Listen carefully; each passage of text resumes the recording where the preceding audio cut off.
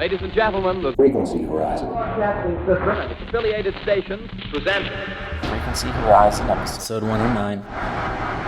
So here we are, COVID-19, radio play, opening audio montage referencing War of the Worlds. We know now that this world was being watched closely by intelligences greater than man. But as human beings busied themselves about their various concerns, they were scrutinized and studied. Perhaps almost as narrowly as a man with a microscope might scrutinize the transient creatures that swarm and multiply in a drop of water.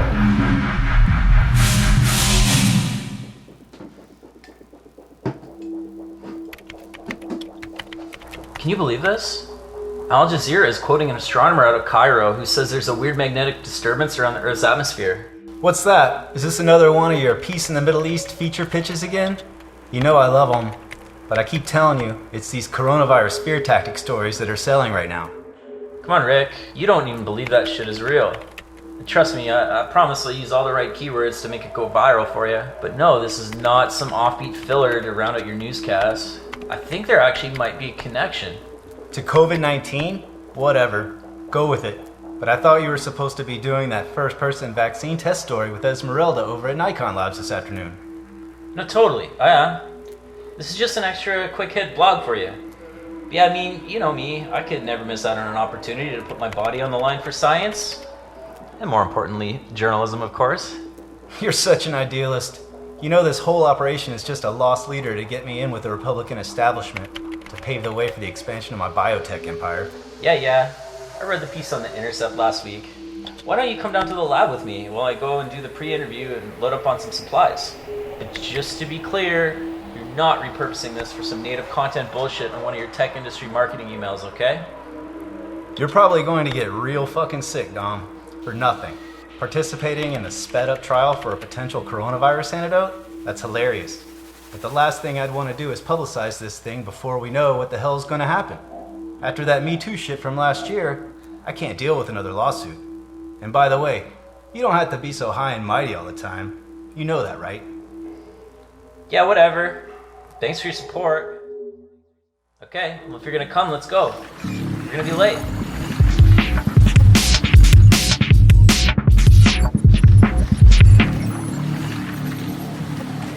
So what you're saying is, the coronavirus seems to have an otherworldly intelligence behind it that scientists don't even understand yet?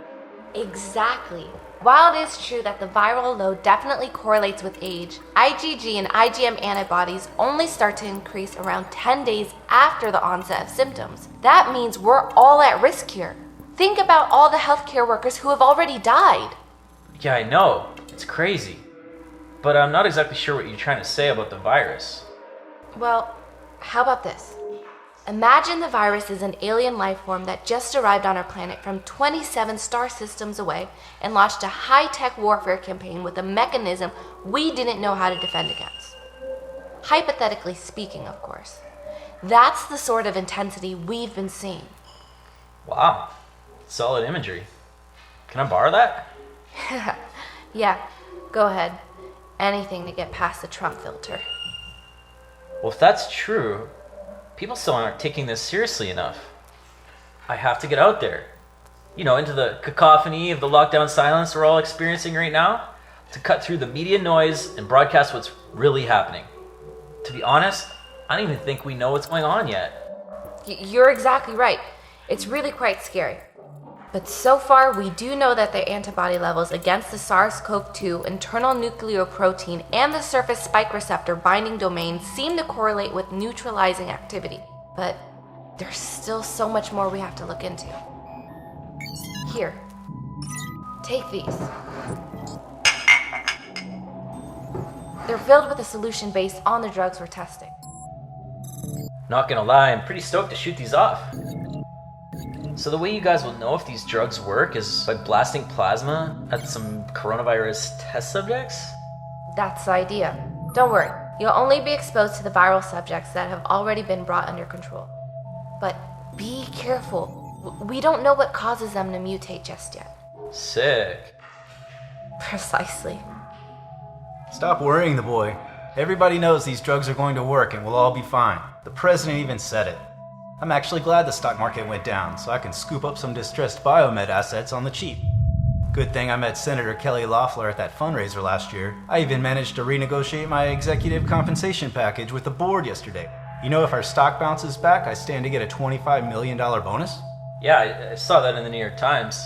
Shock doctrine in full effect. Shout out to Naomi Klein. Before we can make any claims about drug efficacy, we have to complete the test. It's super important. And if you're so sure these drugs are gonna work, then why don't you agree to pay for the next round of clinical trials? Like you said you might, right? We need our funders and media partners to get behind this. Now hold your horses. I never said I wouldn't, and I never said I would. I mean, there's no rush. With a 3% fatality rate, I don't think we're dealing with anything we can't handle. Don't mind him. He's been social distancing for the last 10 years in his gated Brentwood mansion. Okay, Dom. Looks like you're all set. Here, take these backup water balloons. Well, there's no water in them. They're filled with the classified Defense Department funded ooze, just in case things go sideways. We're upside down. As Dom heads out into the field to participate in a sci-fi test of potential coronavirus medication, we launch into episode 109 of the Frequency Horizon podcast.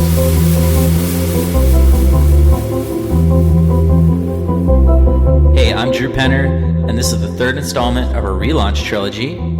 And the first thing I wanted to say is thanks to all our fans from the earlier days for checking back in. It's been super cool to hear from all of y'all. And we welcome our new subscribers as well.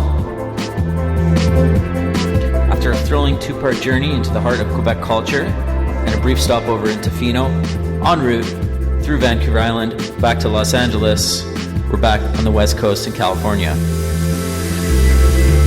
Our cover art, by the way, is another stunner from UK artist Nancy Wood called The Journey, which was actually directly inspired by the coronavirus crisis, I'll have you know.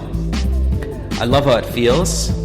It's equal parts microscopic, alien, and deep sea. I know you guys are probably starting to get sick of the wall-to-wall coronavirus coverage on every channel, so we wanted to try to find a fresh way to take a serious look at the subject in typically Frequency Horizon fashion, of course. We're not going to rely on the mainline tropes, simply repeating things like flatten the curve, wash your hands, and all that jazz. That's why our podcast lineup today is immersive, creative, and I think you'll find heartfelt. It's the police. It's the police, yeah. What the hell are they doing? How they're having the lockdown. Coronavirus. Thanks to the acting of my homies Leslie Pine and Jason Bowers, we've got the rest of our COVID-19 radio drama to look forward to. We'll pay tribute to the neurofunk originators, yes, virus recordings, with an Ed Rush and optical mini-mix. I hit the front lines as a Lyft driver as LA's stay-at-home order goes into effect. Together, we are not affected. Picking up a woman from a hospital who's been experiencing chest pains. Pray for me. And we put things into perspective, interviewing the team behind a film set in another terrifying crisis, one that ended up getting nominated for an Oscar this year. There's a lot to get to, so let's get started. You're listening to the Frequency Horizon. Frequency Horizon. To the Frequency Horizon. Well, let's start on a lighter note. This is one that I heard while listening to Mario Koto's show back when, there were these kind of shows that happened on the radio, and it wasn't just sort of pre-mixed music and whatnot. This is Roy of the Ravers, Abstract Ibiza.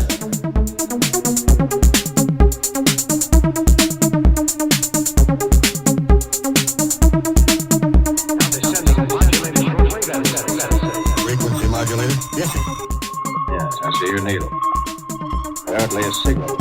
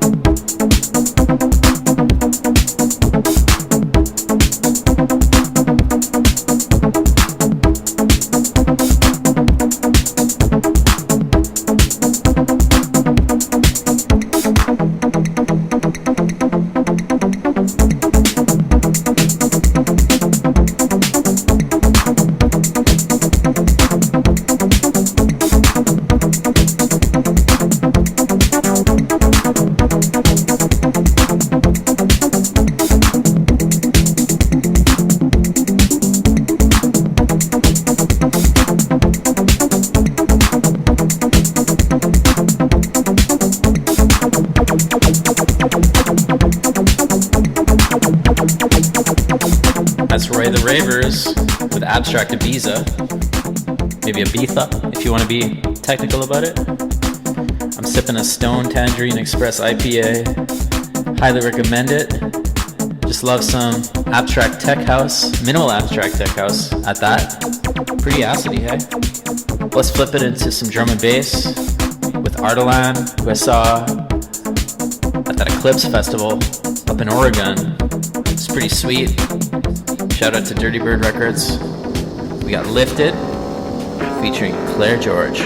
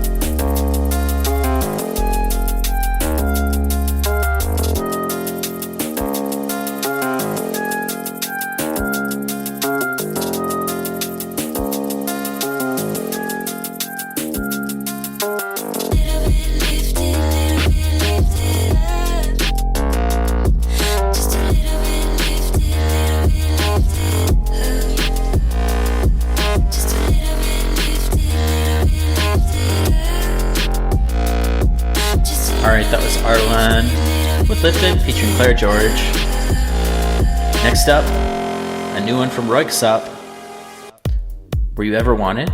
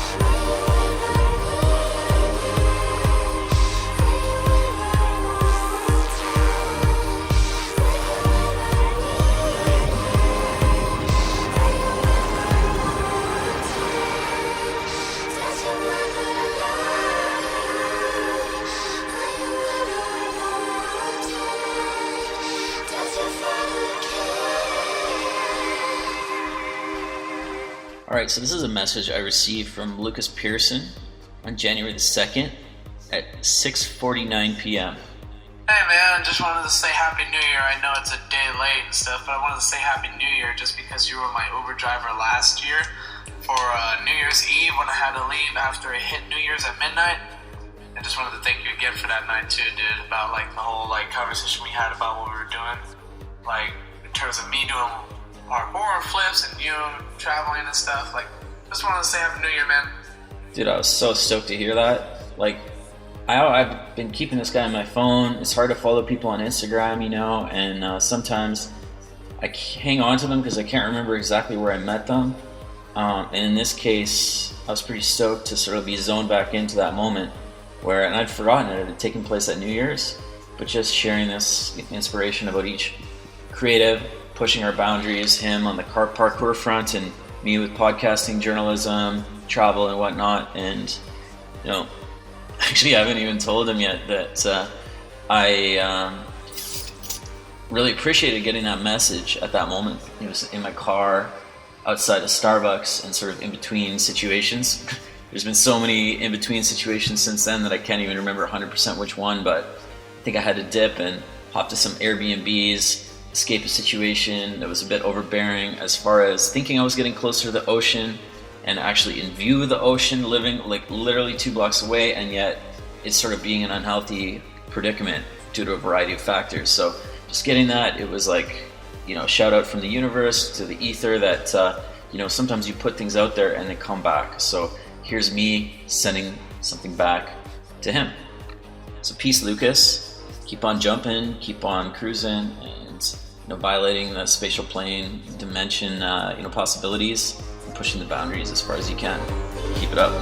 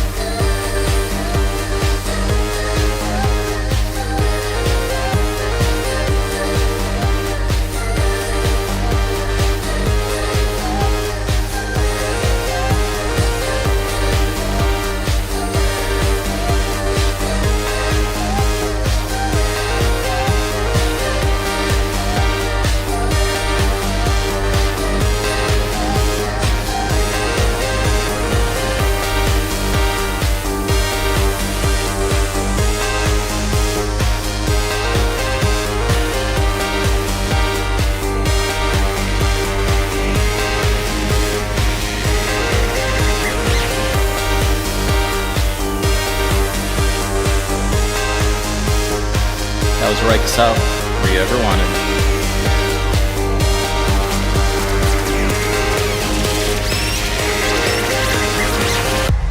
All right, let's go ahead to the hospital and pick up our first passenger.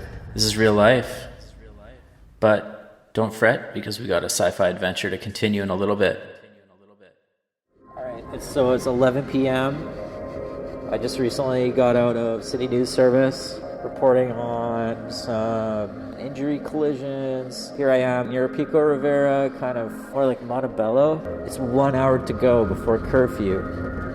Driving for Lyft, trying to see if there's going to be any kind of action. I've got a couple rides so far. The last one was a dude wearing like bear pom-poms on his toque. I guess he works in an orthodontics office. The streets are mostly empty. It is often like this at this time. Alien Air music, one of my favorite trippy shows, playing in the background. fuzzing out for whatever reason, just due to the fact of how far we are from KXLU in my home area and the South Bay. Not totally sure whether Lyft is considered an essential service. I guess I'll find out if I get deactivated at midnight. There's like glistening streets. It must have rained a little bit earlier. Alright, so we got Travis Holcomb on the decks, it turns out, for KCRW. And I'm approaching the White Memorial Medical Center, just on the east side of downtown. Hopefully this person doesn't have the coronavirus. You came to visit your sister. Had my niece. Your sister just had your niece? Congratulations. Did she name it after you? No. No, why not? She named her Beta. Beta. Since we were kids, she would always say, when I have a daughter, I'm going to name her that. Yeah. What's your name, by the way? Emily? Emily? Yes. My Lyft name, though, is Emma. Your Lyft name is Emma. Yeah, I saw that on the thing. So, you were just at a hospital. Yes. Were you worried at all about, like, going to somewhere that, who knows, maybe there's, like, coronavirus patients there? I just had a daughter, too. Really? So, yeah. Congratulations. Thank you. Her name is Shuri Ann. I've always liked that name, but have you ever watched The Runaways? How do you feel about this whole coronavirus? Do you think people are going too crazy about it? Or what do you think about the fact that we got to be all quarantined now? I think it's the right thing to do. Everybody's going to be stuck in their houses, getting pregnant, making new humans. Yeah, so 9 months from now, you're going to be, like, visiting someone else in the hospital, right? Are you prepared? Do you have all your supplies? Not really. No? I have asthma, so that's why I'm cautious about it too. So you have asthma. Is that considered like an underlying condition? I've had it my whole life. To me, I have to control it. Because, like, don't they say that coronavirus affects your lungs, right? Yeah. Recently, I've had acid reflux. Oh, wow. Yeah, acid reflux is no joke. Yeah, I know it's acid reflux. Give me a break. Never knew about acid reflux, and now I do. After she had her baby, she started getting it really bad. You're going to be such a good mother. Thank you. Appreciate it. You think you're going to start wearing a mask soon? I was wearing one in the hospital right now, but I took it off because... Oh, that's cool. I was like, oh, great. You wear your mask all the time? I just got it. I'm so happy. I, like, looked everywhere for one, and I finally found one on Craigslist. She asked me if she could get a heart attack from acid reflux. I couldn't help but feel like she was in a high-risk category for COVID-19. She says she's been feeling really guilty. Why do you think it's your fault? Because they give you medicine and, like, I didn't, like, take them. Like, I was told to take them. Oh, really? You know what? You could just be, like, overanalyzing it, too, you know? I do that all the time as well. Like, it's funny, like, you start, like, getting in your head about stuff, and then that makes it worse, but then, like, at the end of the day, it's like human bodies are resilient, you know? I think. I'm on some medication right now on it, and I just wish I could stop taking it. I had to stop breastfeeding. I think that's what I'm sad about, too. You decided to stop breastfeeding? Yeah. Really? And I got really emotional about it. I would, too, if I was a woman and I was breastfeeding my kid, you know? I believe in the power of breastfeeding, you know? Me too. I think it's like a human connection with, you know, with your daughter or whatever. Like, every time now when I carry her, she cries. But I can't breastfeed her. It makes me cry. Yeah. I think you're going to be good, though. You know? So, Just wear your mask when you need to at the hospital or whatever. And, like, they gave me anxiety medicine, but I hate it. really? Why? It makes me sleepy, and I have short term of breath right now. Uh-huh. So it wakes me up from my sleep.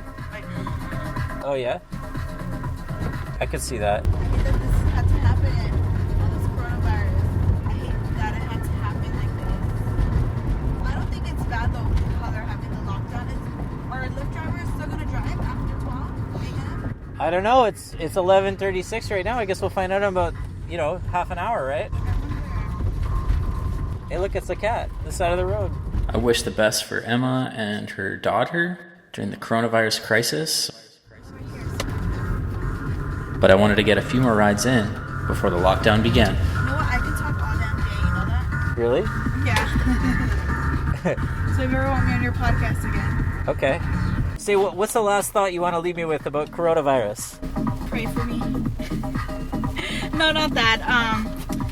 God bless everybody, and together we are not apart.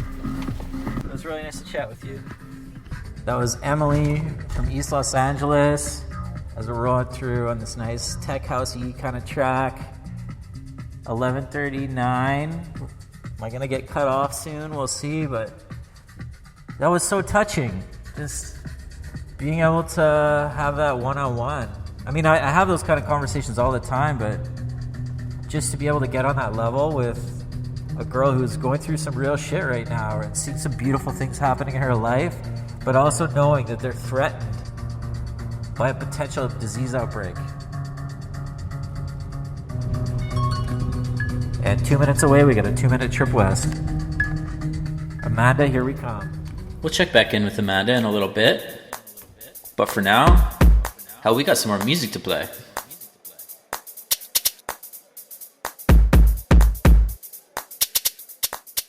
This next one is Bust by Malgrab.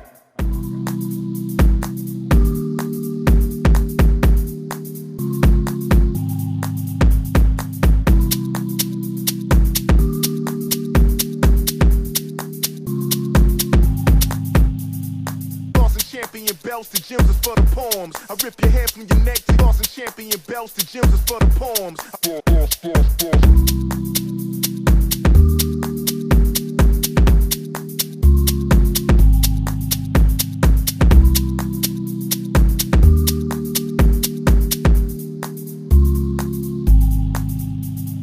Tossing champion belts to gems is for the poems. I rip your hair from your neck to tossing champion belts to gems is for the poems. Tossing champion belts to gems is for the poems. I rip your hair from your neck to tossing champion belts to gems is for the poems. Tossing champion belts to gems is for the poems. I rip your hair from your neck to tossing champion belts to gems is for the poems. Tossing champion belts to gems is for the poems. I rip your hair from your neck to tossing champion belts to gems is for the poems.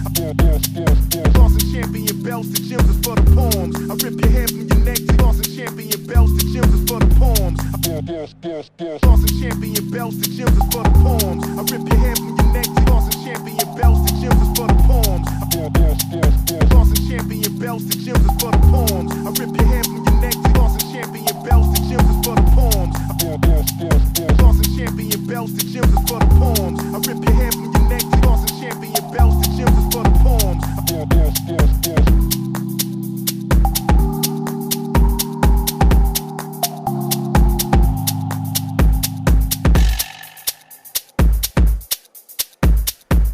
About the coronavirus crisis that I've been reflecting on is how it's made so many of us more thankful as we become acutely aware of the things that are truly necessary.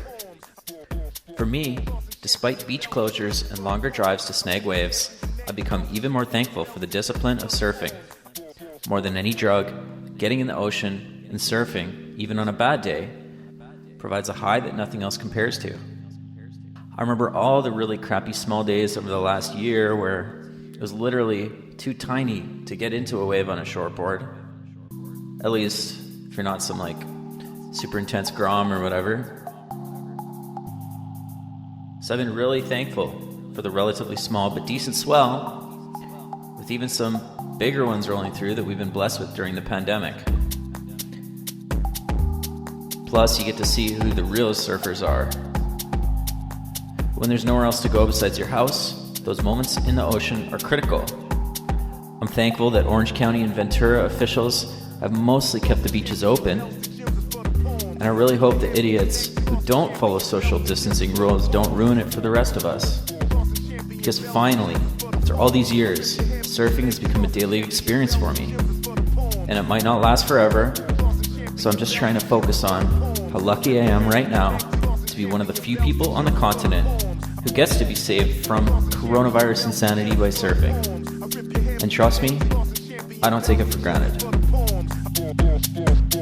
Champion belts to gems is for the poems. I rip your hair from your neck to tossing champion belts to gems is for the poems. Tossing champion belts to gems is for the poems. I rip your hair from your neck to tossing champion belts to gems is for the poems. Tossing champion belts to gems is for the poems. I rip your hair from your neck to tossing champion belts to gems is for the poems. Tossing champion belts to gems is for the poems. I rip your hair from your neck to tossing champion belts. The gems is for the poems.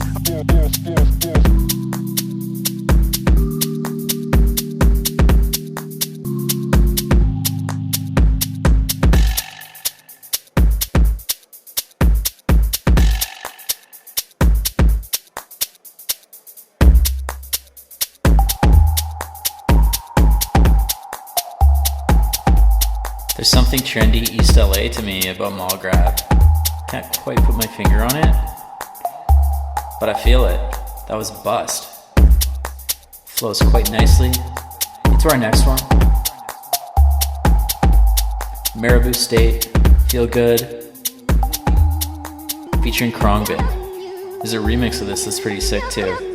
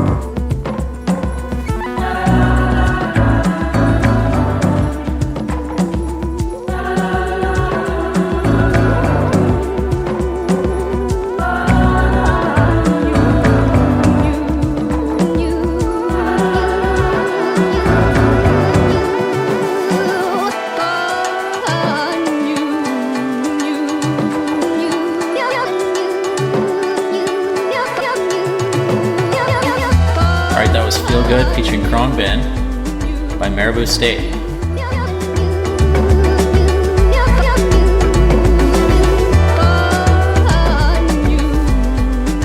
But I think it's time for part 2 of our radio drama, don't you?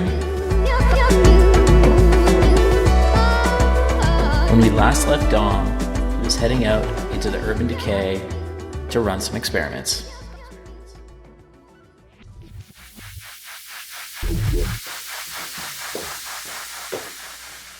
Hey little guys, I guess you're the cute antibody creatures keeping this viral patch under control, eh? Wow, kind of looks like the virus has taken on the form of evil Mario Brother 2 flowers somehow. But they've been severely deformed by whatever it was that these antibodies did to beat them back. Did you make it to the experiment zone yet? Yeah, just took a minute. By the way, good job on picking the most crumbling, rundown section of the city to do this in. It'll make a great scene for sure. This is what I'm talking about. That's what half the city looks like now. A lot's been going on since your boss refused to put out any more news about the devastation we've been seeing in the poor areas. It's kind of frustrating. I didn't realize it was this bad. And trust me, I brought the exact same thing up at the last editorial meeting. You know I can hear you guys, right? Okay, Dom, now I need you to load up the chloroquine canisters and shoot some plasma at the viral mass. You remember the instructions, right? Yep. Safety off, focus, and then blammo. I got it. Make sure you get some good tape, okay? This could make a quality promo hit. Holy shit. What's going on? What do you see? It's intense. They're shrinking back a bit. But I don't think it's actually killing them. Trump said the drug was the solution. I'm sure it'll just take a second for them to disappear entirely. Sounds like you're having a blast out there though, kiddo. Keep up the good work. What's the reading on the phase receptor? The phase? Oh yeah, phase receptor. Okay, here it is. Looks like 73? No, 74. Actually, let's just call it 73.5, alright? Not ideal. Could be worse though. Okay, now try the remdesivir. Right on. I got this. Bombs away. Badass, Dom. Sounds like my ex-wife's indigestion. That's usually stomach acid, but it's true. Esophagitis can be caused by a viral infection. Nothing's really happening to the viral patch. I'm not quite sure why. But that's not what I'm worried about. What do you mean? Remember when you said the virus was like an alien? Don't misquote me now, Dom. You know I didn't mean that literally. No, I know. But I think you were a little more on the money than you meant to be. What are you talking about, Dom? Holy shit. They're coming. I can see a giant mass pulsating on the western horizon. And I'm getting a 108 reading on the hexameter. Those are just clouds, Dom. Boy, I love this guy's sensational imagination. It's great for the ratings. Oh, fuck. There's millions of them. It's like an oblique spaceship, surrounded by a colony of flying demogorgon. They're all shimmering together with rippling blackness, like a swarm of flying ants. Oh, my field of vision is warping, actually. It kind of is like if you went a little bit out of control and messing around with your Instagram filter settings. Rick, you know what this means, don't you? The Cairo researchers were right. There was no procedure errors in the data. Are you saying you believe them? No, it makes sense. We've had a lot of preliminary data coming in from McGill and Stanford, depicting shadows that suggest there's an electromagnetic component to the viral invasion. I don't know. Sounds like poppycock to me. No, come here. Look at this.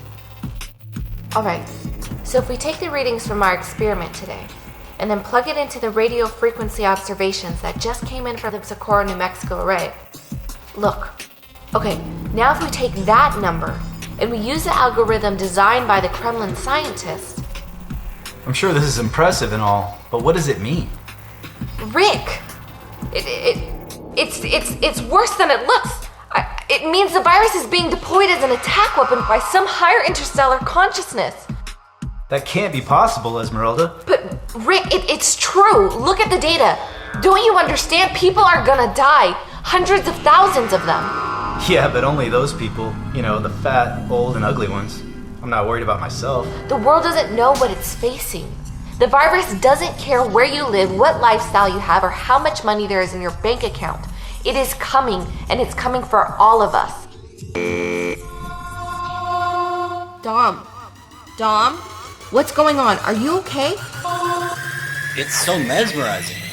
They've landed, and they're about a block or two away. So bleak and horrifying, yet totally enthralling. It's kind of hard to pull away, but I know I need to leave.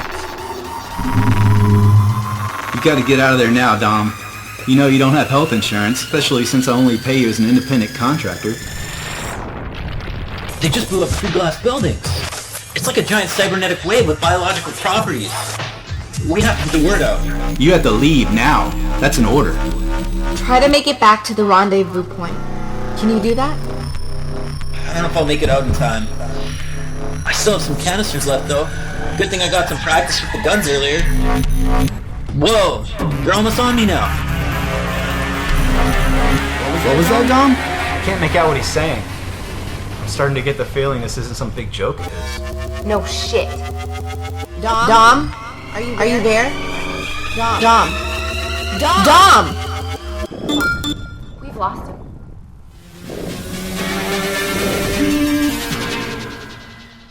On the way.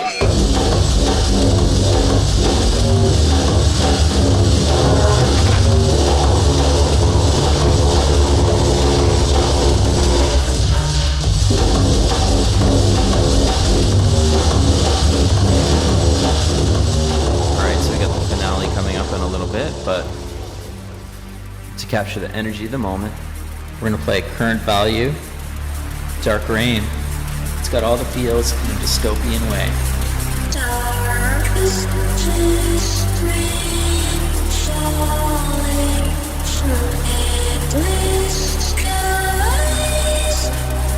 Heart is just coming so deep inside. Darkest falling through endless skies. Heart is just coming so deep inside. Dark is just rain falling.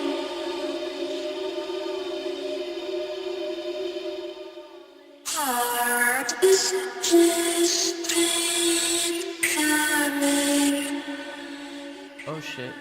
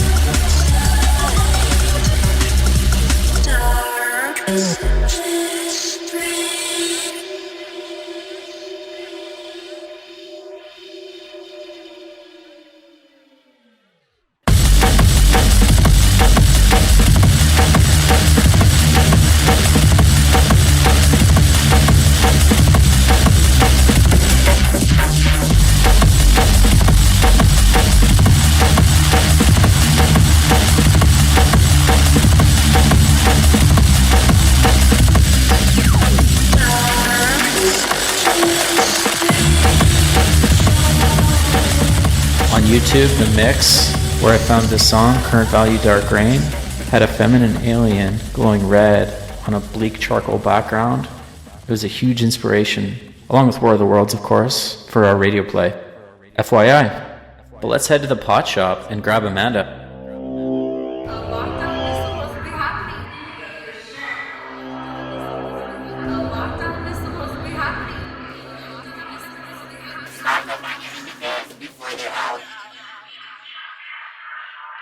Alright, what's your name, by the way? My name's Amanda. Amanda. And what part of the city are we in right now, first of all?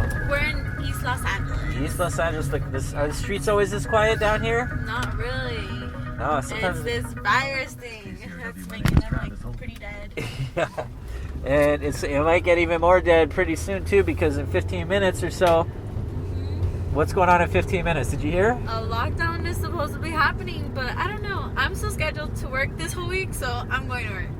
You're scheduled to work? Are you doing an essential business or what? I mean, I work in this dispensary. I would hope this is essential. That's pretty essential. What do you think? That's pretty essential when it comes right down to it. By certain people's standards, that's for sure, right? You know. I mean, there's people that do need medical or marijuana, you know? That's true. That's true. I mean, that's the thing. It's like people need their medicines. People need to get where they need to go. You know, they even said journalists are considered essential services, you know? Yeah. So tell me, what do you have with you? I went and picked you up. What's going on? I have a roll of toilet paper because I work all the time, so I did not have time to stock up on toilet paper like everyone else did. And I understand why it's essential now.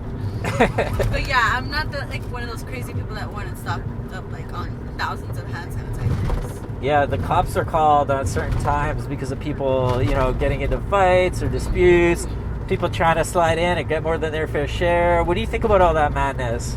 I think it's honestly, it's sad, like, to be doing that. Because I saw this video of, like, an old lady, and a younger lady had so many, like, toilet paper in her cart, and the old lady just wanted one, like, literally one, and she was fighting for it. And elders don't have that, like, luxury that we do, like, we can run, you can just go buy one, you get me? Yeah. But old people don't. Yeah, it's getting real for them, you know? It's literally like purge. Or I hope it doesn't get to that point. Well, are you scared? Do you think it might? Like, only 1 or 2 people have died so far, right? Here? Yeah. But what do you think? Like, are you concerned? I'm not panicking too much. I'm trying not to think about it. Because it's kind of like, it's serious, but I don't want it to be this serious. Okay, for the people preparing for a pandemic, what's the weed strain you should go with? An indica, for sure. An indica. Stock up on your indicas before they're out. Thanks. Bye. Yeah, have a good one. Be safe.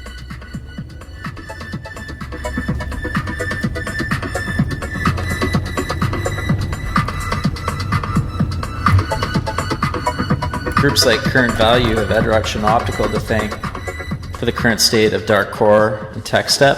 So we're going to do a little homage to Virus Recordings. It's a mini mix. These tracks are foundational, canonical, and never more relevant than today.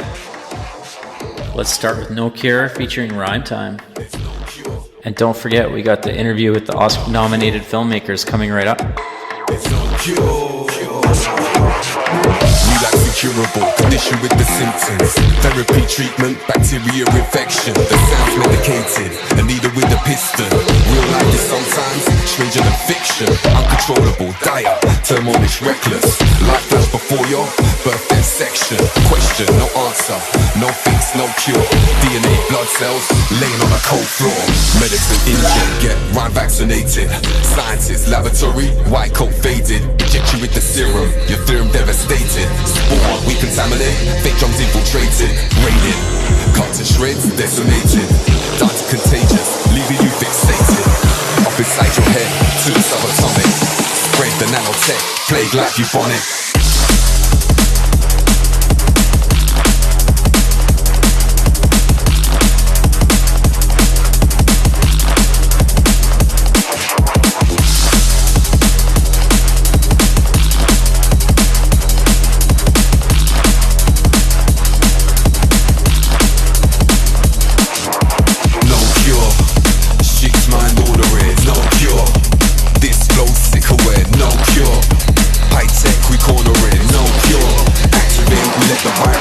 No cure.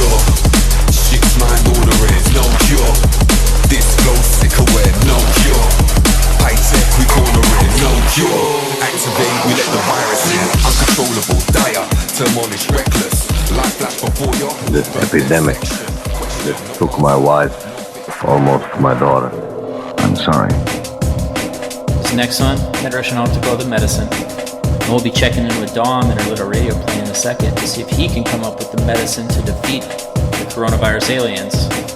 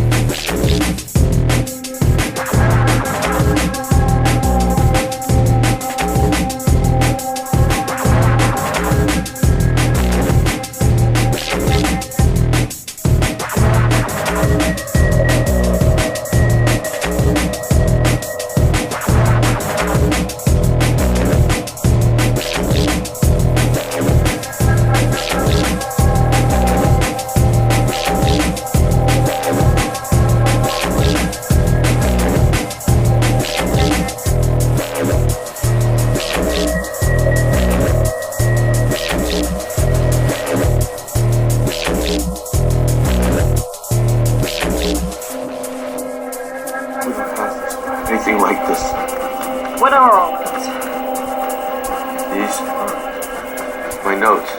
Clues. What kind of clues? It's about the secret army. The army of the 12 monkeys. They're the ones that spread the virus. That's why I'm here. I have to find them. That's my mission. I just have to locate them because they have the virus in its pure form before it mutates. When I locate them, they'll send a scientist back here. That scientist will study the virus. Then when he goes back to the present, he and the rest of the scientists will make a cure.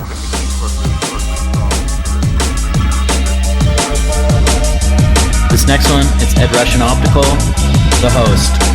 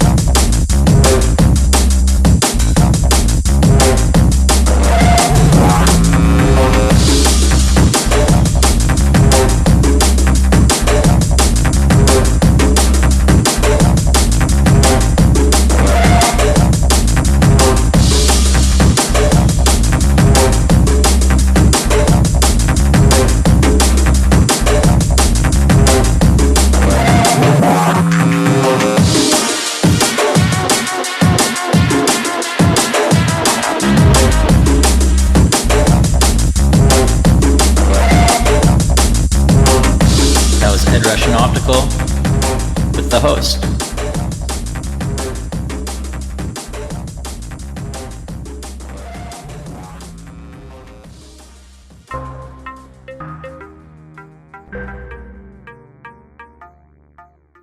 As of today, 200,000 people have been killed by the novel coronavirus around the world. Now imagine more than double that number of people dying, but in a single country. That's the case with the tragic Syrian conflict that's still ongoing. The UN says more than 400,000 people have been killed since the war started, and some estimates are even higher. Obviously, comparing a viral pandemic to a complicated Middle Eastern conflict isn't exactly an apples-to-apples comparison, but it is a reminder that there could be important lessons for us to learn. For this next segment, we're going to go back in time a bit, long before anyone had ever heard of COVID-19. We're going to head to the Skirball Cultural Center along the 405 freeway in western Los Angeles to pick up 3 filmmakers from a movie screening. The cool thing about this conversation is, none of us knew my passengers were about to be nominated for an Oscar. But, nevertheless, I quickly discovered I was in the presence of some pretty badass creatives with an important story to tell about the Syrian civil war.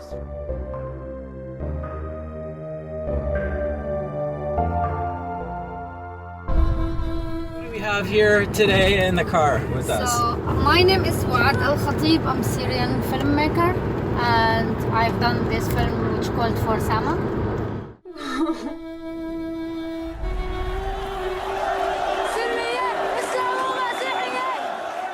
لسه عم صور. هذا الشيء اللي عم بيخلي معنى لوجودي. I'm Edward Watts. I'm the other director of For Sama.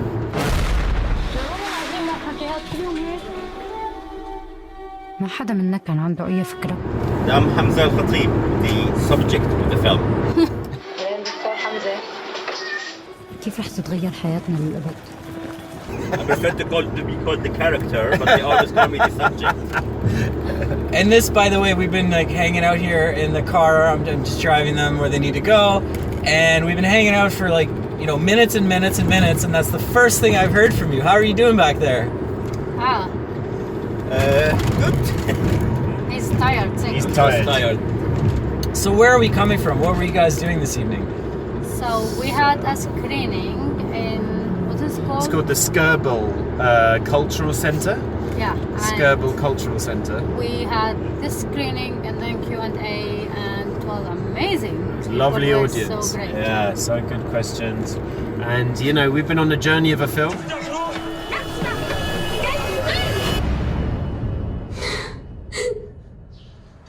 حمزة أنا حامل. We premiered in South by Southwest. Since March. Yeah, we won the Cannes Film Festival. Best documentary. We've won 52 awards at festivals around the world. And the last one was the BIFA, the British Independent Film Award. We won 4 awards. Including Best Director, Best Documentary and Best British Independent Film. For Sama. Thank you so much. I'm so glad and I'm so honored I'm standing here. This award, I will dedicate it for the great Syrian people who are still suffering until today, and the great heroes of doctors, nurses, civil defense, so many other people, volunteers from Mulham team to Violet, to so many other people. Please, I will dedicate this award for them. Let them hear your voice. Thank you so much. I feel like you're like, I smoked too much weed when I left the house today. I feel like I have royalty in my car right now. This is awesome. Like not a lot, yeah, but we just won a lot of things. Congratulations. Thank you. A million times congratulations. Use the right 3 lanes to take exit I'm 13B, very then curious to know if you could just in your own words, in a few seconds, you know, to someone who doesn't know the concept of what you guys have done, how would you describe the plot of the movie?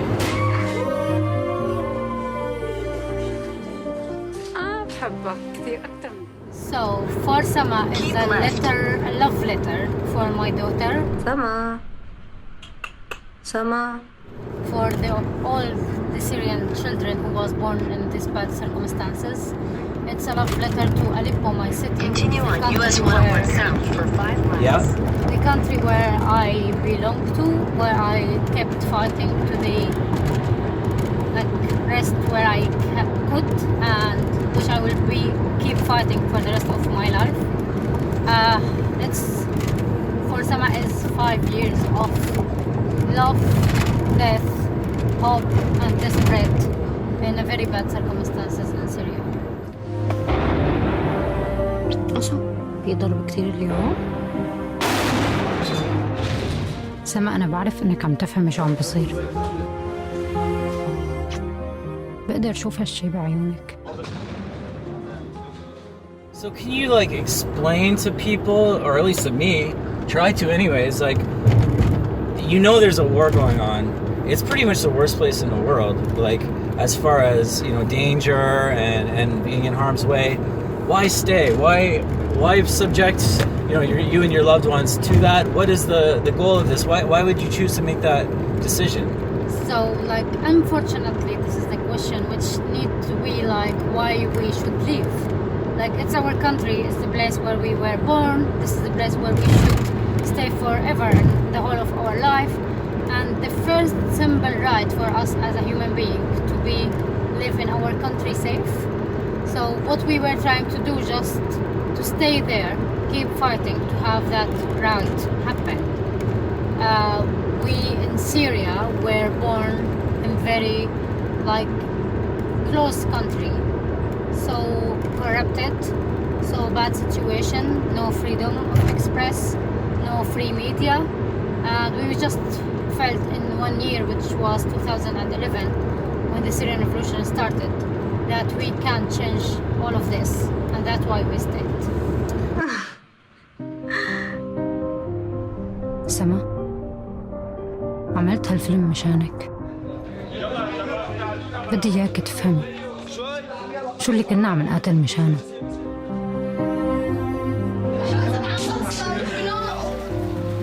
And you chose to make a film, you chose to create something out of it. How did the celluloid dream come together for you? So I started filming in 2011 when I was a student at Aleppo University and I was doing marketing, something totally different. I've never knew how to use camera, I've never even knew what media mean or journalism or all of this. The only thing I knew when the Syrian revolution started that I want to be part of that. So I joined the protest and then I started filming by my phone, as many other activists. And this normal protest being crushed by a very high level of violence by the Syrian regime, Assad regime. And we felt that this is just our responsibility to save what's happening here and film everything that's happening around. So I started filming and then I developed my skills and my experience and my equipment, and I kept filming for the 5 years without any plan of how I will do this material. I worked in many small local channels for the news and I did some short films, but I've never thought about to transfer all this material to one film, which became later on for some. عم تبكي مثل أي طفل عادي.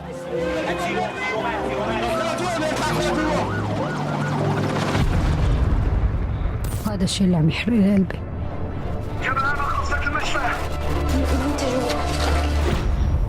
And then how did you become involved in this? I mean, you obviously... So I got involved after Waad and Hamza were forced into exile, basically, when the regime and with Russian help retook Aleppo.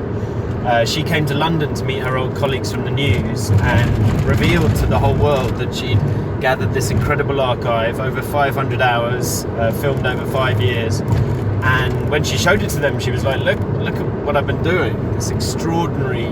It but the most incredible archive of documentary film that's ever been made. It was like not only war and suffering, but filmed with an incredible female sensibility and an emotional eye, like scenes of tragedy that affect you in a way that would never affect you before. But she'd also captured all of the like details and the spectrum of normal human life in this place, about, you know, mothers. How do mothers get food on the table for their kids? What people do to support themselves through the darkness and through this horror.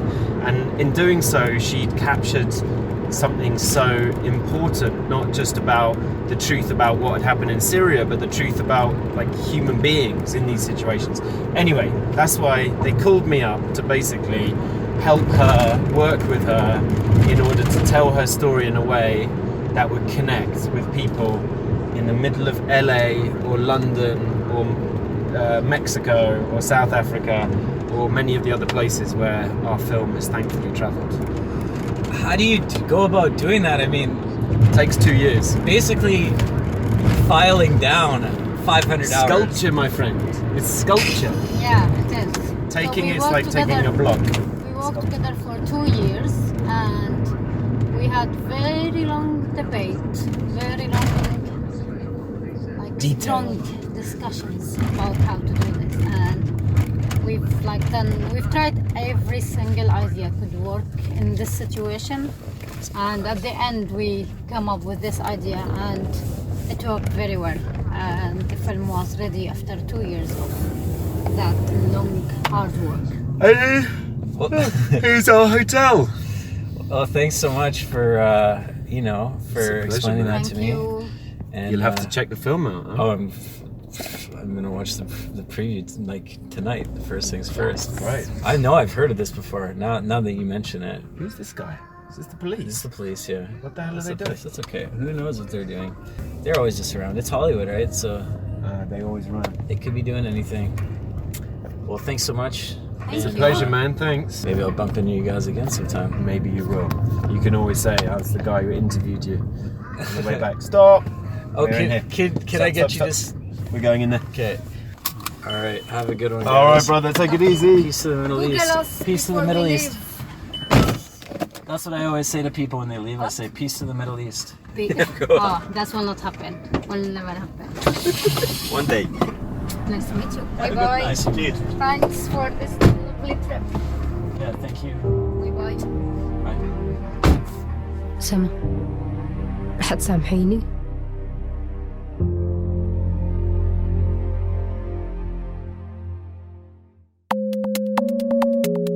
One of the coolest rides I've ever gotten, for sure. That's the thing about being in LA. Sometimes you can go months without seeing any evidence of Hollywood or experiencing anything out of the ordinary, and the city of Los Angeles can feel like any other mediocre city. But then, out of the blue, you'll have an interaction like this that's meaningful and inspiring.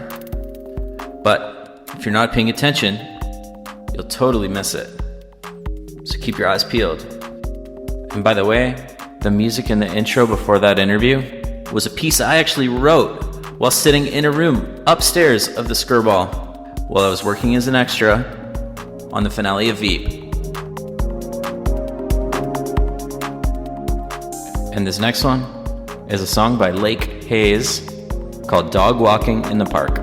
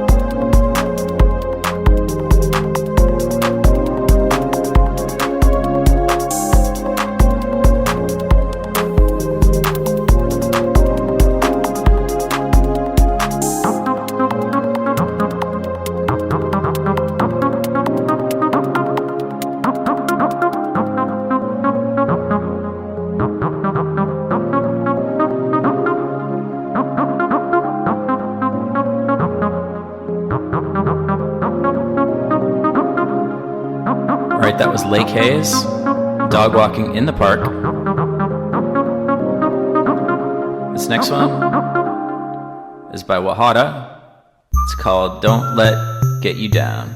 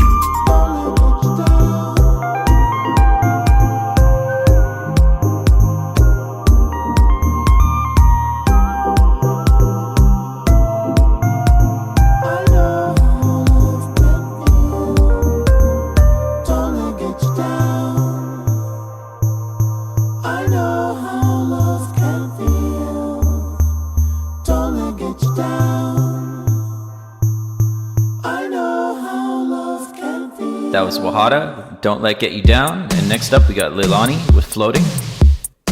But keep in mind we still have the rest of our radio play to get to, as well as the finale of our stay-at-home day lift adventure.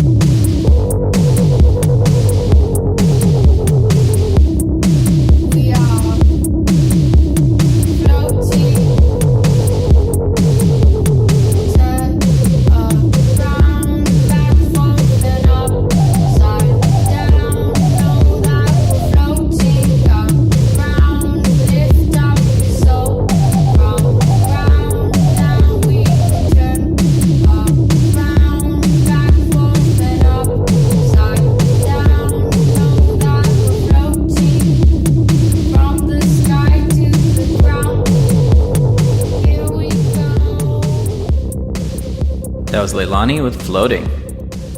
But now for a little musical interlude. Came out of a jam session at my homie Beth's house up in the Bay Area with her former roommates.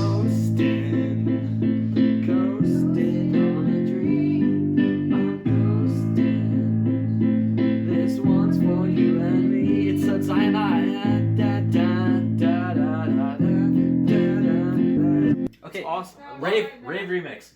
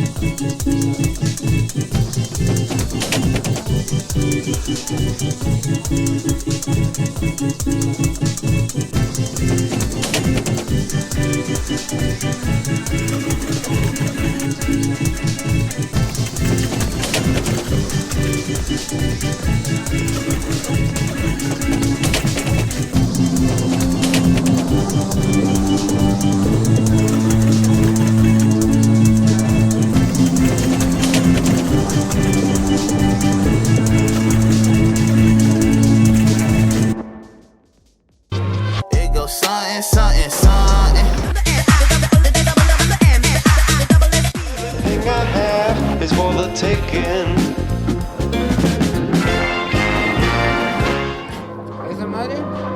Alright, so we're back just before the stay-at-home order is about to go into effect. A curfew for all of Los Angeles except for essential workers. I was in front of a 7-Eleven in eastern Los Angeles, and I started having this conversation with the Spanish-speaking guy. I still to this day don't know what he was saying, but it sounded hilarious, so I figured I'd throw it in. But should we be as worried as we are, do you think?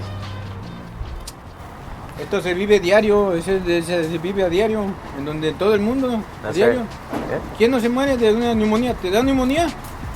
Te mueres, se muere uno. Hey, I had 15 days in the hospital con neumonía.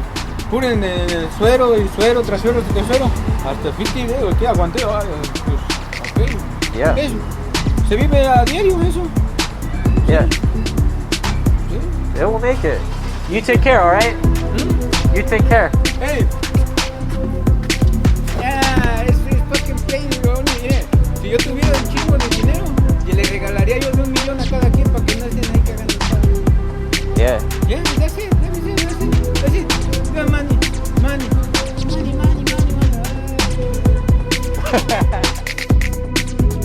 If I had to guess, I would say he's making a point about how there's a lot of people more vulnerable out there than just those who are going to be affected by the coronavirus crisis.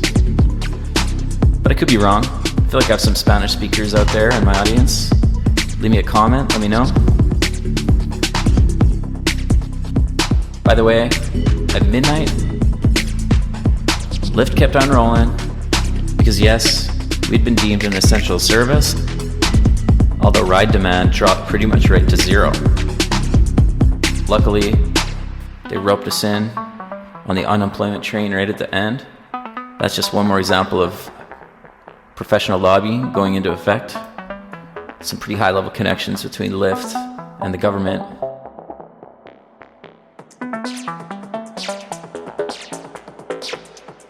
During that time, I discovered this track. It's Moy, M-O-Y. It's called Wisdom Track. Moy, Wisdom Track, look it up. It's sick.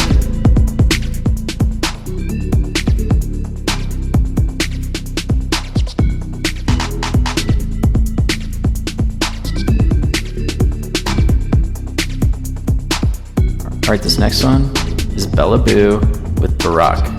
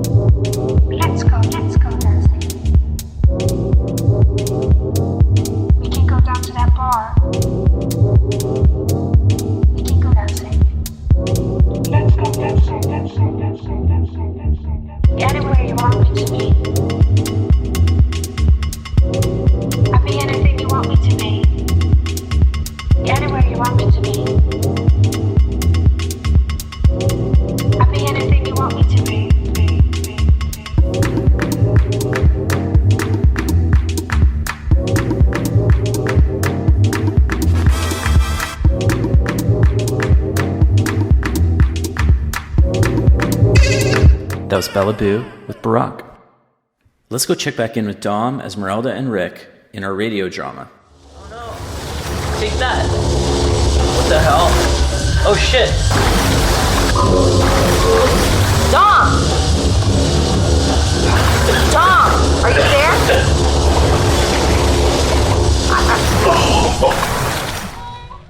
I still can't get through to him. I'm sure he'll be alright. He's our top reporter. He's been through plenty of shit before. Yeah, but this virus is nothing like we've ever seen. Look at the updates from the Centers for Disease Control. It's taken over half of the city. I still think we're blowing it out of proportion. I mean, babies don't even seem to be dying from it. Rick, get a grip. This is the real deal. Wait. What was that? Did you hear that sound? What the hell is that? It's coming from just down the street or something. No, they're not outside. They're down the hall. I can see something coming this way. What the fuck is that? Coronavirus aliens! They're here! Holy shit, they're fucking gigantic. Quick, grab the plasma guns. Shoot! Shoot, Rick! Oh no, I dropped it. Okay, there we go. Damn, they move so quick. That's why they're so dangerous. Oh no! No! Fuck! They got me! Fuck! My leg! It hurts so much! I don't think we're gonna be able to stop them. Bam! I shot one with the remdesivir cartridge. Right in the RNA. I'm gonna try to throw one of these balloons. Whoa, nice shot. But you accidentally turned on the stereo too. Not a bad selection. What? Why? I don't know why they're leaving. How bad are you hurt? Pretty bad, but it could be worse. Are you? They got me pretty good, but I'll live. That was seriously terrifying. That's weird that they would just up and leave like that, right? Yeah. What was up with that? Hey, by the way, I'm really sorry about downplaying the risk of this virus. Well, you're not the only one. The truth is, I've been face to face with viral darkness before. We were on a top secret mission, headed over to the Congo to do a photo shoot for a Louis Vuitton handbag spread. But the World Health Organization found out about it and decided to tag along. Use our planes as cover. That's how we ended up delivering life-saving Ebola materials. Well enough, I thought. Maybe it would build some goodwill. You know, some special advertising sections down the road. Plus, I had just set my mind on rustling up millions in the generic pharmaceutical racket. And you need all the friends you can to bust in on that old boys network, let me tell you. At first it went pretty smoothly. We'd already shot the editorial and ferried the WHO suits and scrubs around to 3 different small villages.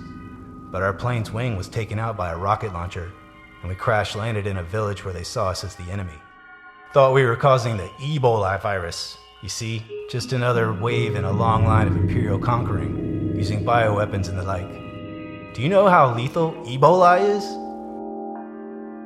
I saw many men and women drowning in the pain, like they were hit by a truck. They dropped like flies, one after the other, an unstoppable force. We grouped together in cells to fight off the attacks by the villagers and to try to shut down the spread of the virus, but it was no use.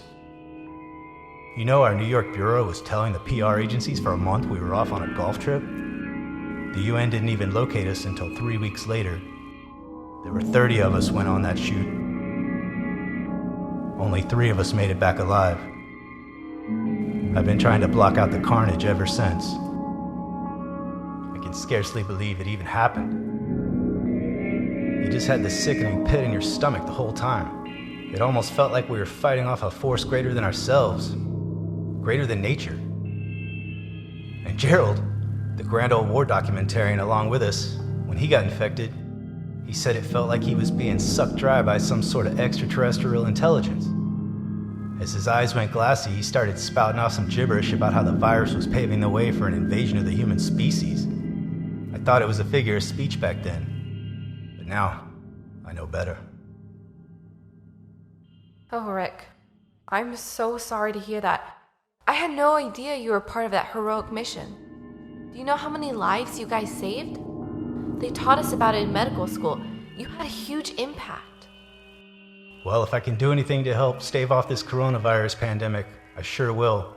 But if I ever end up in the jungle again under attack from a virus, put it to you this way, Just forget about the hazmat suit. But damn right, I'll fund those next trials of yours, and I'll help get the word out. Damn straight. Dom! You're back! What happened to you guys? What the fuck do you think happened? The virus beat you here, kiddo. Are you okay? It's but a scratch. The virus aliens made it in, but we scared them off. She even managed to flip on some of your kind of music at the same time. Then they ran off. I'm really sorry I wasn't able to get here sooner. But guess what? Figured out the antidote.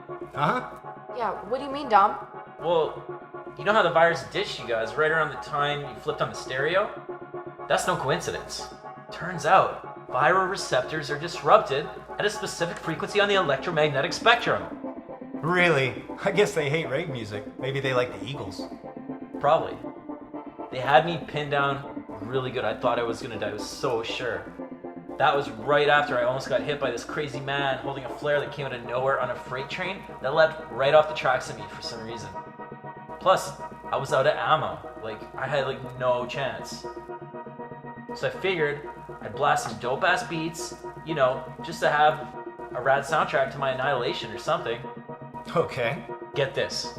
As soon as the sub bass kicked in on this Luxura Major track, those malignant flowers, the virus host thingies, they started shriveling up. Wow. That's unexpected. Tell me about it.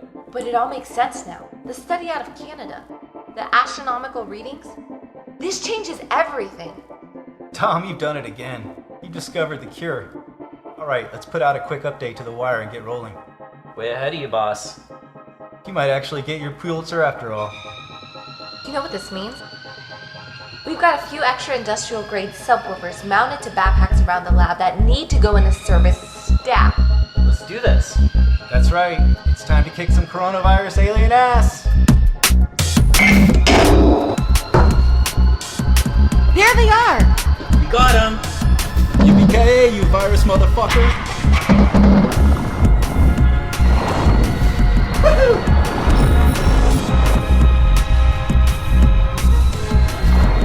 Going down.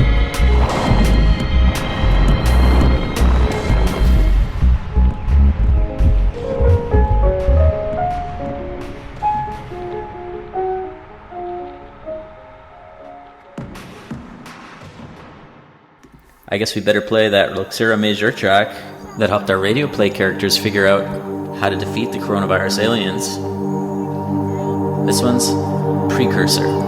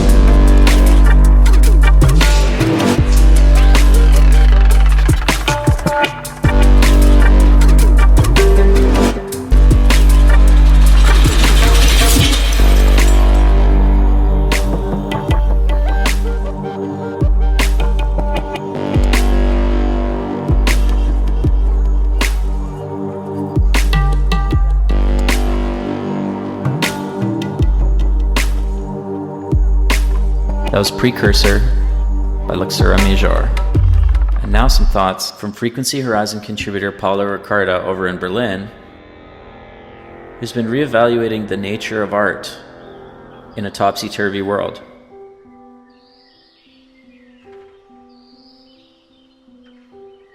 I've been so confused about how important art still is, even in times of global crisis.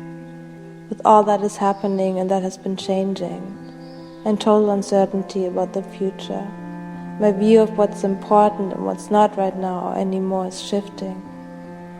What can I contribute now as an artist that has meaning in a way that it can help, so one can still see it as a contribution to the world? So I'm thinking, what does art mean to me, or why did I need to make art? And that was and still is because I need it as an outlet to express my feelings. I am the most inspired by others when they express how they're really doing. It makes me feel less weird, less isolated, a form of connection. So maybe it is still relevant.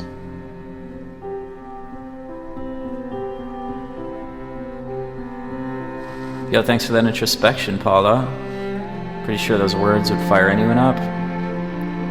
Yes, that's your cue to go and do that thing that you wanted to do that you've been putting off. And for us, that is playing our track of the week. This is Jack Boston featuring Vanity J, The Place.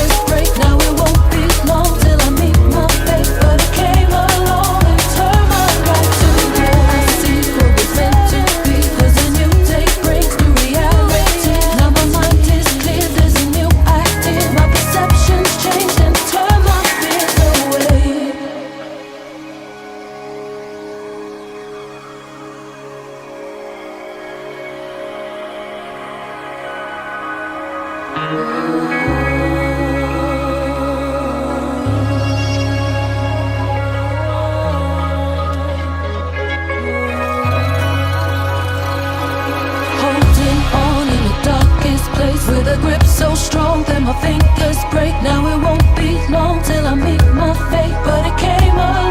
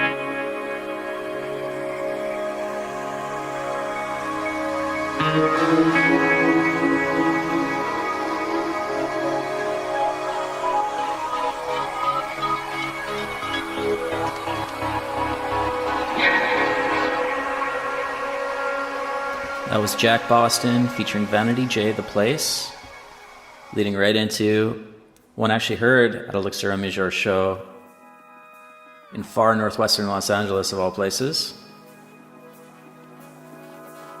It's Jade Cicada, Komarebi.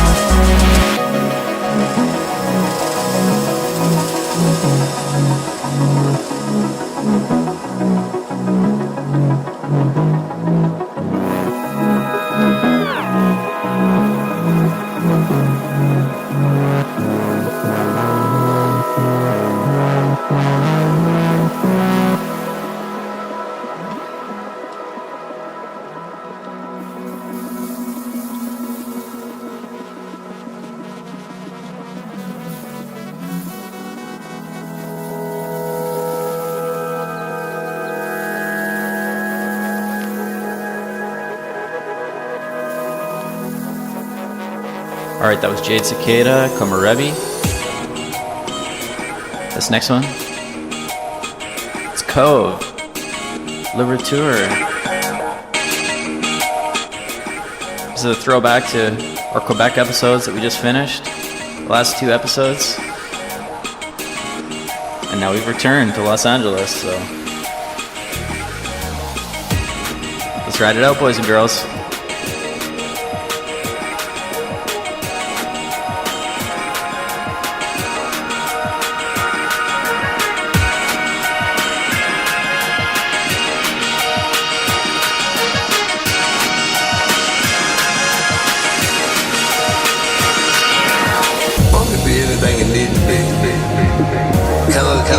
To the next phase is the ability to change your mind without a bloody loss.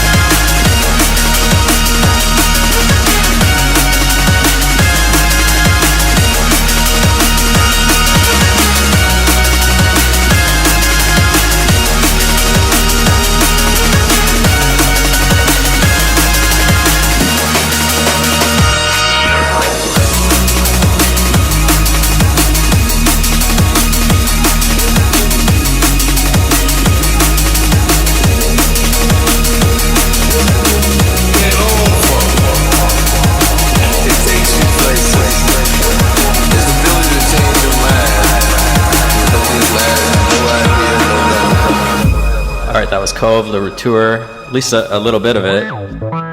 We don't have a lot of time left in the show. There's a couple more I want to get to. That includes this one from Love Regenerator, aka Calvin Harris. It's hypnagogic. I can't wait.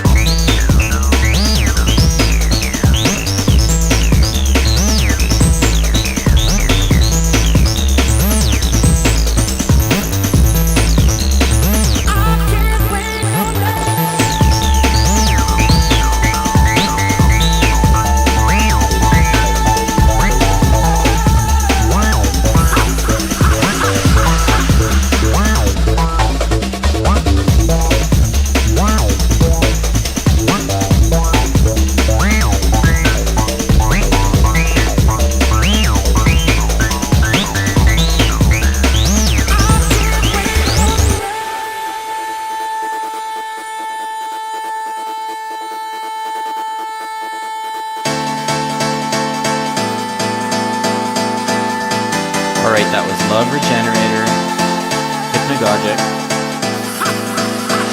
Finish it all off with a episode 109 shebang. Psych Magic, Triumph of the Gods.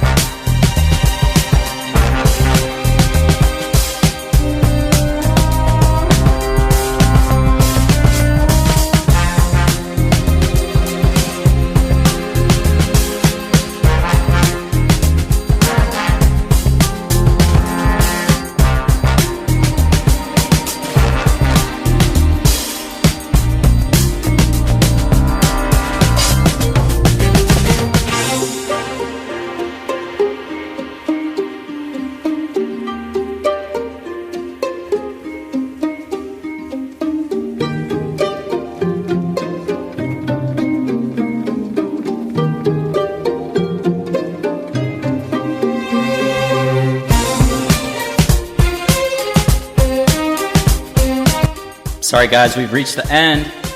We've got a big thank you to Emily. Wish you the best with your daughter during the crisis, and to Amanda for agreeing to be on the podcast as well. Cheers to Waad Al-Kateab, Edward Watts, and Hamza Al-Khateab. You guys were robbed of the Oscar in my opinion. Hopefully I'll get to see you guys again. And if you haven't watched it, you can check out For Sama for free via PBS Online.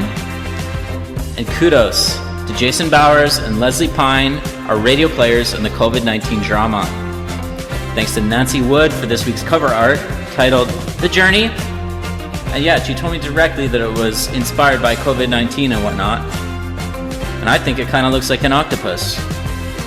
Cheers to Soshnik for a theme song. And thank you guys for tuning in. Check back next week as we're working on a segment about social issues on the high seas. But till then, peace.